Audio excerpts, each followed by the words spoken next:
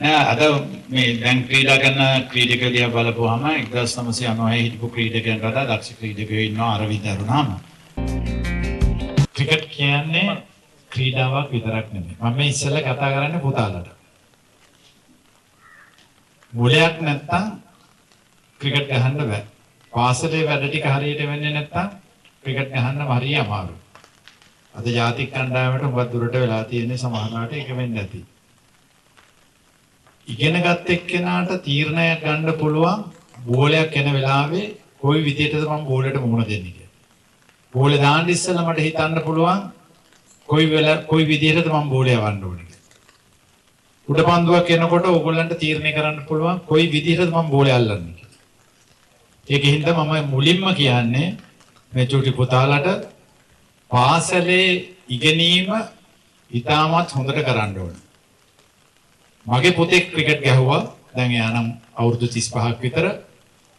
එක වාර විභාගයකදී එක සබ්ජෙක්ට් එකකට ලකුණු 70කට අඩු වුණා. මම එයාට මාසයක් ක්‍රිකට් ගහන්න දුන්නේ නැහැ. ඒක තමයි මම දුන්න දඬුවම. මම වේවැලකින් ගැහුවේ නැහැ. හැබැයි මම මගේ නෝනාට කිව්වා මාසයක් ක්‍රිකට් ගහන්න දෙන්න එපා කියලා. හැබැයි එදා ඉඳලා එයාගේ ලකුණු සංඛ්‍යාව එන්න වැඩි වුණා.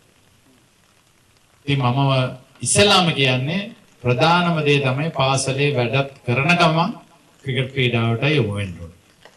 දෙවෙනි එක තමයි මම අහන ඕගොල්ලන්ගේ එක ප්‍රශ්නයක් මට බොරු කියන්න බෑ. මම මේ හැමතැනම ගිහින් කියන එක.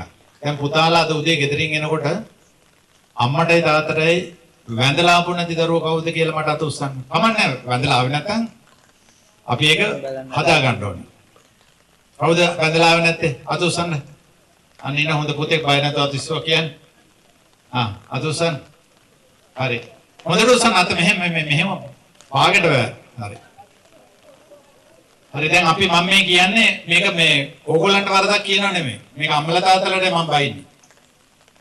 අම්මලා තාත්තලා ඕගොල්ලන්ට උගන්වන්නේ නැහැ. ගෙදරින් පිට වෙනකොටයි රාට නිදින කොටයි අම්මටයි තාත්තටයි වදින්න ඕනේ කියලා. දැන් අද මෙතන ක්‍රිකට් ගහන හැම දරුවම අද ඉඳලා ඒක වෙනස් කරන්න. රාට ගෙදර ගිහිල්ලා පාඩම් කරලා දැන් අත් දෙක දාන්න පල්ලේ. පාඩම් කරලා බුදියන් යන්නේ ඉස්සෙල්ලා අම්මටයි තාත්තටයි වැඳලා යන්න. ගෙදරින් පිට වෙනකොට අම්මටයි තාත්තටයි වැඳලා යන්න. මැචස් ඉවර කරලා යනකොට ප්‍රැක්ටිස් ඉවර කරලා යනකොට ඒ සර්ට වැඳලා යන්න. මේ මම හැදිච්ච විදිහ මම මේ කියන්නේ. මම දන්නේ අදායි කොහොමද හැදෙන්නේ කියලා. මම ඒගොල්ලෝ ගැන වැඩි දිහා බලන්නේ නැහැ. මම ක්‍රිකට් ගැන බලන්නේ නැහැ අද. හැබැයි මට මේ දරුවෝ ටික හරියට අපි හදාගත්තොත් අඩු ගන්න අවුරුදු 10කින් අපිට හොඳ දරුවෝ ටිකක් හදාගන්න පුළුවන්. අද දකින්නවනේ ඔයගොල්ලෝ අම්මලා තාත්තලා දකින්නවනේ මේක මම අම්මලා තාත්තලාට දොස් කියන්නේ. අම්මලා තාත්තලා උගන්වන්න ඕනේ දරුවන්ට මොකද්ද හරි දේ කියලා. අනිත් එක තමයි විනය. වෙලාවට වැඩ කරන්න මට එන්න කිව්වා 4ට. මම හරියට 4ට ආවා. ඒ මම ඒක ඉගෙන ගත්තේ ක්‍රිකට් වලින්. මේ පුතාලටත් ඒක ඉතාමත් වැදගත්ම වෙන දෙයක්. හොඳට ඉගෙන ගන්න, අම්මලා තාත්තලා ගුරුවරුන්ට සලකන්න, ක්‍රිකට් ක්‍රීඩාව කරනකොට කැපවීමකින් කරන්න.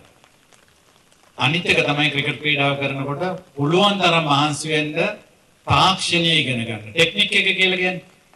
අද වෙලා තියෙන්නේ මම ඔය 20 ක්‍රිකට් ගැන තරම් සතුටු වෙන කෙනෙක් නෙමෙයි. මොකද හරි ක්‍රිකට් එක රටේ නැති වෙලා තියෙනවා, ලෝකේ නැති වෙලා තියෙනවා. හැබැයි ලෝකේ යන්නේ මේ පැත්තට හින්දා අපිත් එතන හිට ගන්න ඕනේ. හැබැයි හොඳ ටෙක්නික් එකක් තියෙන දරුවෙක්ට 2020 ගහන්නත් පුළුවන්, one days ගහන්නත් පුළුවන්, ටෙස්ට් ක්‍රිකට් ගහන්නත් පුළුවන්. ටෙක්නික් එක නැති එක්කෙනා කවදාවත් ටෙස්ට් ක්‍රිකට් ගහන්න හම්බ වෙන්නේ නැහැ. ඒ වගේම තමයි one days ගහන්න තියෙන chances අඩු වෙනවා. ඒකින්ද උගන්නන සර්ත් එක්ක තමන්ගේ තාක්ෂණය නැත්තම් ටෙක්නික් එක හදාගන්න. මම හිතන්නේ වැස්සේ හින්දා මම වැඩි කාලේ ගන්නෙ නැහැ. ඒ අම්මලා තාත්තලාට කියනවා පොඩි වගකීමක් ලකුණු අඩු නම් ක්‍රිකට් ගහන්න දෙන්න එපා. අපිට හදාගන්න ඕනේ කැපවීමක් තියෙන මොලයක් තියෙන දරුවෝ ටිකක්. එහෙම වුණොත් අපිට ක්‍රිකට් ක්‍රීඩාව මේ රටේ ඉස්සරහට ගෙනියන්න පුළුවන්.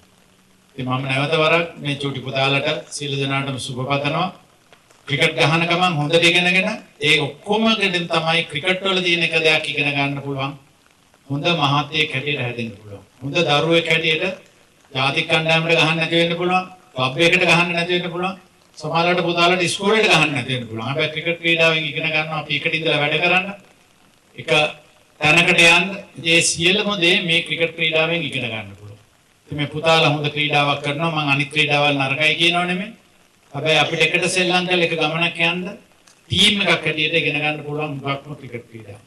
ඒකින්ද මේ දරුවෝ ඉස්සරහට යනකොට මේ සියලු දේ මතක් කරගෙන තමන්ගේ ජීවිත සාර්ථක කරගන්න කියලා මම ඔබ සියලු දෙනාටම සුබවතන ගමන් අද රැ ඉඳලා මම ඊළඟ පාරේ එනකොට කියන්න ඕනේ මට එක අතක්වත් ඉස්සෙන්න බෑ ඊළඟ පාරේ. අම්මා තාත්තලාට මම මැදලා එනවා කියලා කිව්වොත් මම කියපු එක වෙලා තියෙනවා කියලා මට සතුට වෙන්න පුළුවන්. මම හරි වාසනාවන්තයි අවුරුදු 18ක් වගේ පොඩි කාලෙකදී ඉස්කෝලේ ක්‍රීඩා කරනකොට මට ජාතික කණ්ඩායමට ගහන්න හම්බුණා.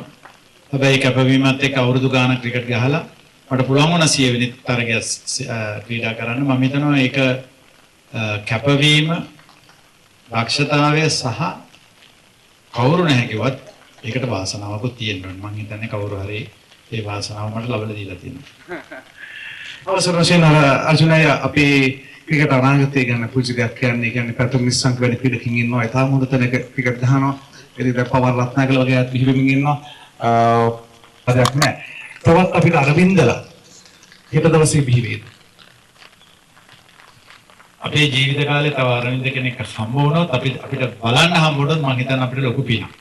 අරවින්ද කියන්නේ වෙනස් තත්වයක ක්‍රීඩකෙක්.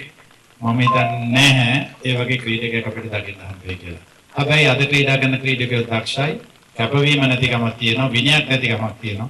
හැබැයි ඉතින් අපිට ඒව හදන්නත් හරි අමාරුයි. මොකද පරිපාලනය කරන මිනිස්සු ඊට වඩා වැරදි දේවල් කරනවා.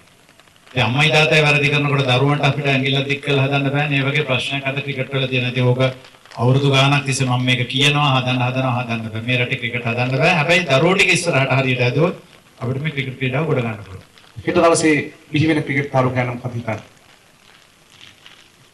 නෑ අද මේ දැන් ක්‍රීඩා කරන ක්‍රීඩකයෝ දිහා බලපුවාම 1996 හිටපු ක්‍රීඩකයන් වඩා දක්ෂ ක්‍රීඩකයෝ ඉන්නවා අරවින්ද අරුණාම. අනික් ක්‍රීඩකයෝ මම 96 ගැන කතා කරන්නේ සනත්ලා මුරලිලා වාසලා ඒ කාලේ හරි තරුණ ක්‍රීඩකයෝ. ඉතින් මේ ක්‍රීඩකයෝත් එක්ක අපිට දිනා ගන්න පුළුවන් වුණා නම් අද ක්‍රීඩකයන්ගේ කැපවීම විනය ඒ වගේම ලැජ්ජාව කියලා එකකුත් තියෙනවා. තමන් පෙරදුනහම ලැජ්ජාවක් කියලා එකක් ඇති වෙනවා. මට ඒක උගාක් දුරට තිබුණා මම සමහර තරඟ පෙරදුනහම මම කාමරෙන් එළියට එන්නේ නැහැ. එවැනි දේවල් අද මම දකින්නේ නැහැ. මොකද අද මුදලටම මූලික වෙලා තියෙන්නේ. දැන් පුතාලා කවදා හරි හිතනවා නම් මම ලංකාවට ගහලා සල්ලි හම්බ කරනවා කියලා ක්‍රිකට් ක්‍රීඩාව නවත්තා. අද වෙලා තියෙන්නේ ඒක. ලෝකේ හැම තැනම යන්නේ සල්ලි වලට. ඉතින් සල්ලි කියන්නේ ක්‍රිකට් ක්‍රීඩා කරනකොට ඔයාගොල්ලන්ට හරි සල්ලි ටික හම්බ වෙයි. හරියට ක්‍රීඩා කරනකොට අවුරුදු 10 15 ගැහුවොත් ආයි මුකුත් කරන්න ඕනේ නැහැ. හැබැයි ඒකයි මම ඉගෙනීම ගැන කියන්නේ. ක්‍රිකට් ක්‍රීඩා කරනකොට අතක් පයක් කැඩෙන්න පුළුවන්. ක්‍රීඩාව නැති වෙන්න පුළුවන්. කණ්ඩායමෙන් එළියට යන්න පුළුවන්. ඒ මොන දේ තිබ්බත් තමන් ඉගෙනගෙන හිටියොත් කාටවත් එතනින් පල්ලෙහාට දාන්න